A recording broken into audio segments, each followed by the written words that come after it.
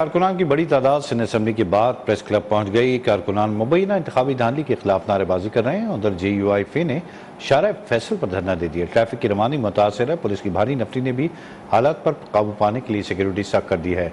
इसी की तफसीलात जानेंगे। बदियुज़्ज़मा हमारे साथ मौजूद हैं जो इस वक्त शारा फैसल पर हैं। जी बदियुज़्ज़मा।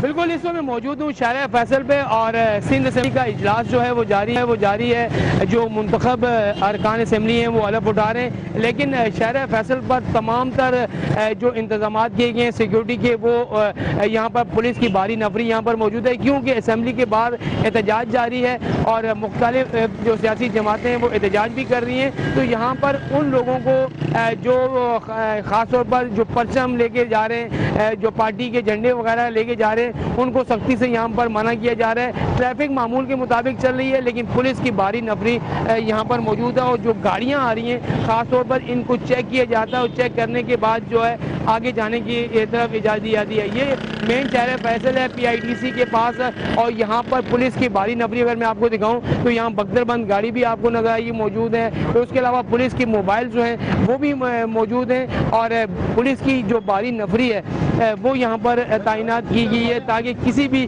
किस्म का जो है वो इस तरह का वाकया ना हो। ट्रैफिक जो है वो मामूल के मुताबिक चल रही है, लेकिन तमाम लोग जो यहाँ से गुजर रहे हैं जिनको इन शक होता है पुलिस को, उस गाड़ी को रोकते हैं और उसकी तलाशी भी लेते हैं, उनसे पूछगछ भी करें। और मुकम्मल तौर पर जो कहा गया था कि यहाँ पर किसी भी सियासी पार्टी को उसका झंडा ले जाने की इजाज़त नहीं है असम्बली की तरफ, तो वो उनको इजाज़त नहीं दी जा रही।